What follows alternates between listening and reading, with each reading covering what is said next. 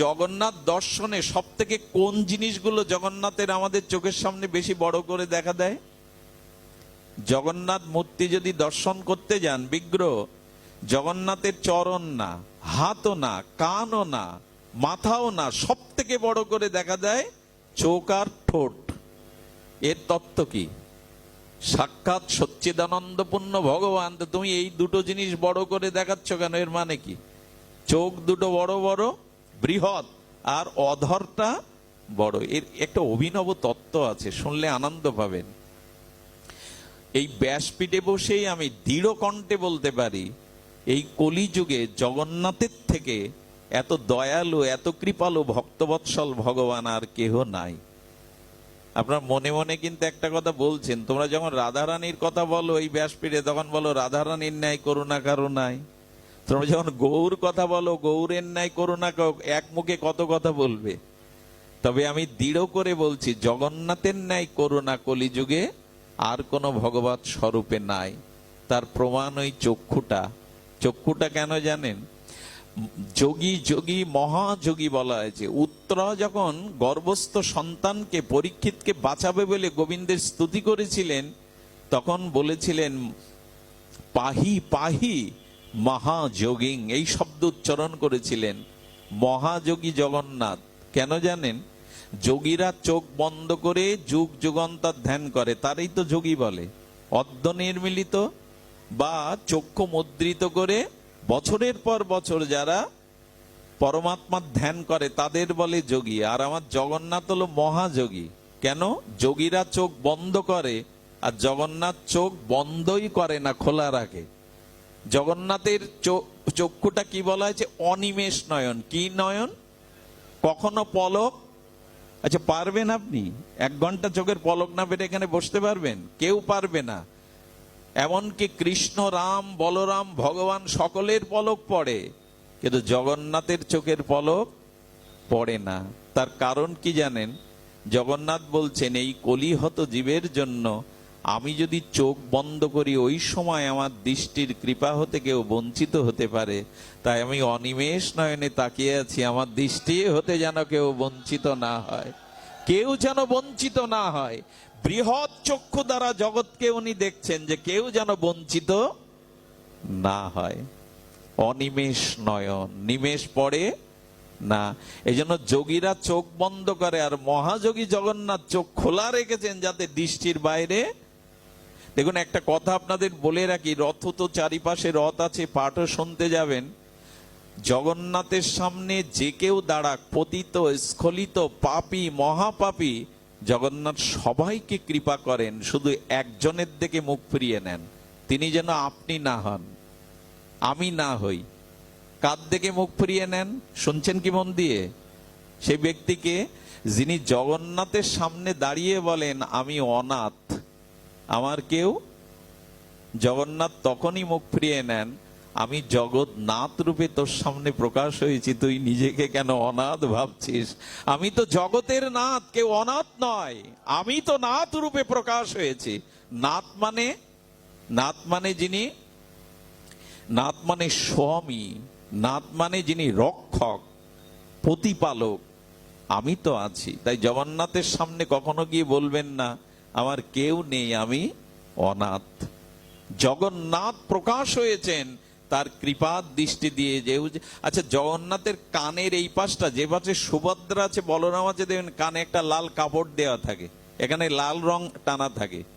এর একটা অদ্ভুত কথা, জগন্নাথের দৃষ্টির মধ্যে যারা যায় তাকে উনি কৃপা করেন বলে চোখ পলক ফেলছেন না। কানে কেন লাল কাপড় দেওয়া? কেন জানেন? করুণা ঘন ভক্তবৎসল মাধুর্য প্রেমে বিগলিত মূর্তি জগন্নাথ যাকে তাকে কৃপা করতে ছুটে যান।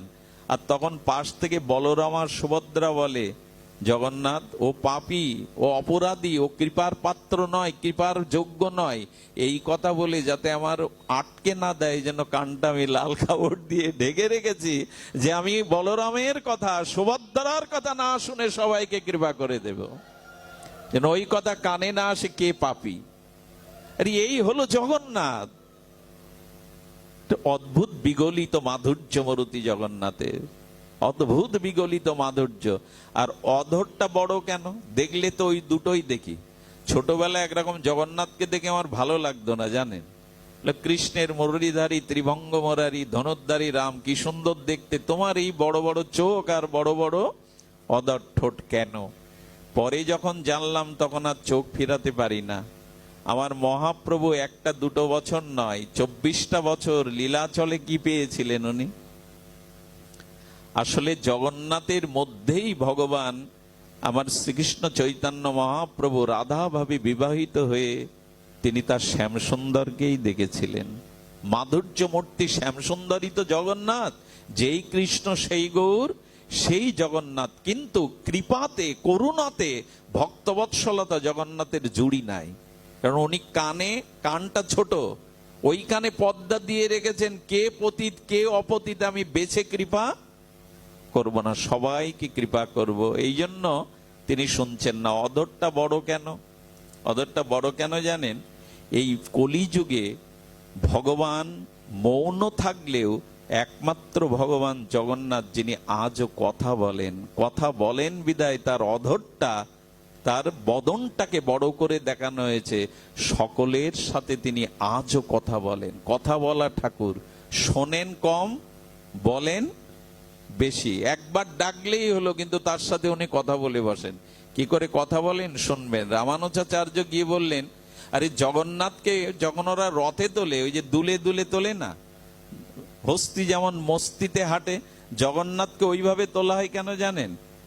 উনি রথে উঠবেন তো আনন্দেই উঠবেন। সেই আনন্দের একটা দোলা আছে না, মানুষের সঙ্গীত শুনতে গেলে যখন খুব হৃদয়ে আনন্দ আছে তখন হৃদয় দোলে কিনা, দেহটা দোলে কিনা, আনন্দের বহিঃপ্রকাশ নামই হলো নৃত্য বা দোলা।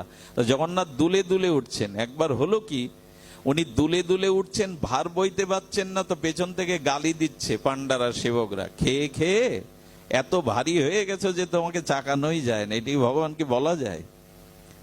রামানুজাচার্য দেখছেন কোথায় শাক দেবে, কোথায় নিমের পাতা দিল। এক বুড়িমা নিয়ে গেছে, এক বুড়িমা পুরীতে নিয়ে গেছেন জগন্নাথ মন্দিরে মাটির পাত্রে নিম পাতার রস। বলে এই পথ ছেড়ে দাও।